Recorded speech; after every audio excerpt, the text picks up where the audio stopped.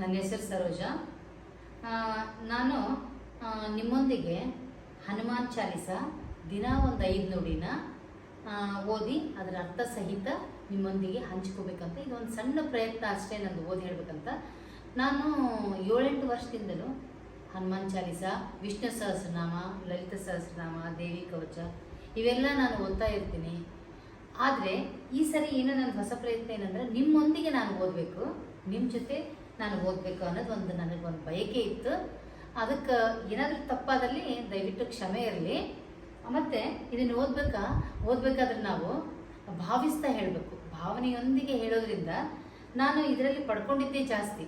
ಬಹಳ ಎಂಥ ಕಷ್ಟಗಳೇ ಬರಲಿ, ಬೆಟ್ಟದಂಥ ಕಷ್ಟ ಇದ್ದರೂ ನೀರಿನ ಗುಳಿ ಥರ ಕರಗೋಗ್ಬಿಡ್ತಾವು.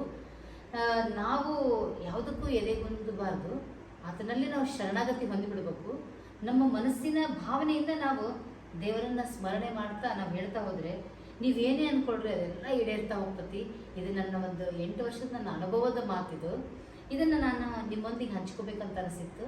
ನಾನು ಇವತ್ತಿಂದ ದಿನ ಒಂದು 5 ನುಡಿ ನಾನು ಹೇಳ್ತಾ ಹೋಗ್ತೀನಿ. ದಯವಿಟ್ಟು ಏನಾದರೂ ಸಣ್ಣ ಪುಟ್ಟ ತಪ್ಪಿದ್ರೆ ದಯವಿಟ್ಟು ಕ್ಷಮೆ ಇರಲಿ. ನೋಡಿ, ಇದು ಟಫಿ ಡಾಗ್. ಇದು ನಂದು 1.5 ತಿಂಗಳಾಯ್ತು. ಇದು ಟಫಿ ನಮ್ಮದು ಮನೆಯಲ್ಲಿ ಸಾಕಿದ್ದೀವಿ. ಇದು ಕೂಡ ನೋಡಿ, ನಾನು ದಿನ ಸಾಯಂಕಾಲ ದೇವ್ರದ್ದು ಬುಕ್ ಓದ್ತಾ ಇದ್ರೆ ನನ್ನ ತೊಡಿ ಮೇಲೆ ಬಂದು ಹಿಂಗೆ ಕೇಳ್ತಾ ಇರ್ತತಿ. ಇದು ಹೇಳ್ತಾ ಇದ್ದೀನಿ ಹನುಮಾನ್ ಚಾಲಿಸ ದೋಹಾ.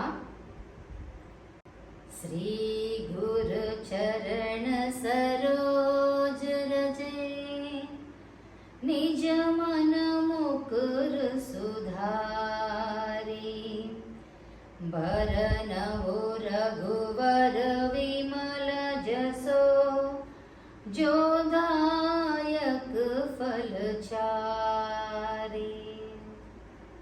ಅರ್ಥ: ಶ್ರೀ ಗುರು ಚರಣ ಕಮಲಗಳ ಧೂಳಿನಿಂದ ನನ್ನ ಮನೋರೂಪಿ ಕನ್ನಡಿಯನ್ನು ಸ್ವಚ್ಛ ಮಾಡಿಕೊಂಡು ಧರ್ಮ, ಅರ್ಥ, ಕಾಮ, ಮೋಕ್ಷವೆಂಬ ಚತುರ್ವಿಧ ಪುರುಷಾರ್ಥ ರೂಪಿ ಫಲಗಳನ್ನು ದಯಪಾಲಿಸುವಂತಹ ರಘುವರನ ನಿರ್ಮಲವಾದ ಯಶಸ್ಸನ್ನು ವರ್ಣಿಸಿ ಹಾಡುತ್ತೇನೆ. ಬುದ್ಧಿಹೀನೋ ತನು ಜಾನಿಕೆ, ಸುಮಿರೋ ಪವನ ಕುಮಾರ್, ಬಲ ಬುದ್ಧಿ ವಿದ್ಯಾ ದೇಹೋ ಮೋಹಿ, ಹರಹು ಕಲೇಸ ವಿಕಾರ. ಅರ್ಥ: ಹೇ ಪವನ ಕುಮಾರ, ನನ್ನ ಪ್ರಾರ್ಥನೆಯನ್ನು ಕೇಳು. ಬುದ್ಧಿಹೀನನಾದ ನನಗೆ ಒಳ್ಳೆಯ ಬುದ್ಧಿಯನ್ನು ಕರುಣಿಸು. ಬಲ, ಬುದ್ಧಿ, ಜ್ಞಾನ ಇತ್ಯಾದಿಗಳನ್ನು ಕೊಟ್ಟು ಅಜ್ಞಾನ, ಕ್ಷೇಷ, ಭ್ರಮೆ, ರಾಗದ್ವೇಷಾದಿ ಪಂಚ ಕ್ಲೇಶಗಳನ್ನು ಮತ್ತು ಜನನ ಮರಣಾದಿ 6 ವಿಕಾರಗಳನ್ನು ಹೋಗಲಾಡಿಸು.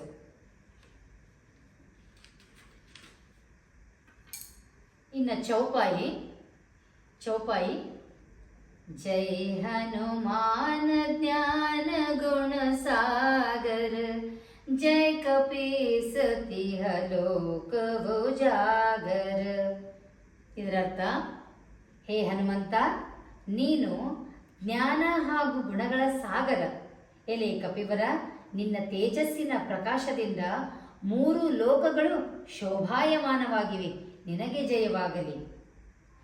ರಾಮದೂತ ಅತುಲಿತ ಬಲಧಾಮ, ಅಂಜನಿ ಪುತ್ರ ಪವನ ಸುತ ನಾಮ. ಇದರರ್ಥ: ರಾಮದೂತ, ನೀನು ಅತುಲನೀಯ ಪರಾಕ್ರಮದ ನೆಲೆಯಾಗಿರುವೆ. ವಾಯುಪುತ್ರನೆಂಬ ಹೆಸರು ಪಡೆದಿರುವ ಅಂಜನಾದೇವಿಯ ಮಗನಾದ ಆಂಜನೇಯ, ನಿನಗೆ ವಂದನೆ. ಮಹಾವೀರ ವಿಕ್ರಮ ಭಜರಂಗಿ, ಕುಮತಿ ನಿವಾರ ಸುಮತಿ ಕೆ ಸಂಗಿ. ಇದರರ್ಥ: ಓ ಕಪೀಶ್ವರ, ನೀನು ಮಹಾನ್ ವೀರ ಪರಾಕ್ರಮಿ ಮತ್ತು ನಿನ್ನ ಶರೀರ ವಜ್ರದಂತೆ ಬಲಯುತವಾಗಿದೆ. ನೀನು ದುರ್ಬುದ್ಧಿಯನ್ನು ನಾಶ ಮಾಡಿ ಸಮೃದ್ಧಿಯುಳ್ಳವರ ಸಂಘವನ್ನು ದೊರಕಿಸಿಕೊಡುವೆ. ನಿನಗೆ ಸಾಷ್ಟಾಂಗ ವಂದನೆ. कंचन बरन बिराज सुबेसा, कानन कुंडल कुंचित केसा. ಇದರ ಅರ್ಥ ಬಂಗಾರದಂತಹ ಕಾಂತಿಯ ನಿನ್ನ ಸುಂದರ ವೇಷವು ಬಹಳ ಶೋಭಾಯಮಾನವಾಗಿದೆ. ಸುಂದರವಾದ ಕರ್ಣಕುಂಡಲಗಳಿಂದಲೂ ಅಂದವಾದ ಗುಂಗುರು ಮಿಂಚಿನಂತಹ ಕೇಶ ರಾಶಿಗಳಿಂದಲೂ ಶೋಭಿಸುತ್ತಿರುವ ಹನುಮಂತನೇ, ನಿನಗೆ ಅನಂತ ಅನಂತ ನಮಸ್ಕಾರಗಳು. हाथ वज्र और ध्वजा बिराजे, कांधे मूंज जनेवो सांजे. ಇದರರ್ಥ ವಜ್ರದಂತಹ ಗದೆ ಮತ್ತು ಧನಿ ನಿನ್ನ ಕೈಗಳಲ್ಲಿ ವಿಶೇಷ ರೂಪದಿಂದ ಕಾಂತಿಯನ್ನು ಪಡೆಯುತ್ತಿವೆ. ನಿನ್ನ ಹೆಗಲ ಮೇಲೆ ಪವಿತ್ರವಾದ ಯಜ್ಞೋಪವಿತವು ಅಲಂಕಾರಪ್ರಾಯವಾಗಿದೆ. ಓ ಮಾರುತಾತ್ಮಜನೇ, ನಿನಗೆ ಪ್ರಣಾಮಗಳು. ಇವತ್ತಿನ ದಿನ 5 ನುಡಿ ನಾನು ಓದಿದೆ. ಬಟ್ ನನಗೆ ಒಂದೇನು ಹೇಳ್ಬೇಕಂದ್ರೆ, ನೀವು ಭಾವಿಸಿ ಹೇಳ್ರಿ, ಭಾವನೆ ತುಂಬಿ ಹೇಳ್ರಿ. ನೀವು ಬೊಗಸೆ ಕೇಳಿದರೆ ಆತ ಕೊಡಗಟ್ಲೆ ನಿಮಗೆ ಕೊಡ್ತಾನ. ಬಟ್ ನಂಬಿಕೆ ಇರಲಿ, ಭಾವನೆ ಇರಲಿ. ನಮಸ್ತೆ ಎಲ್ಲರಿಗೂ.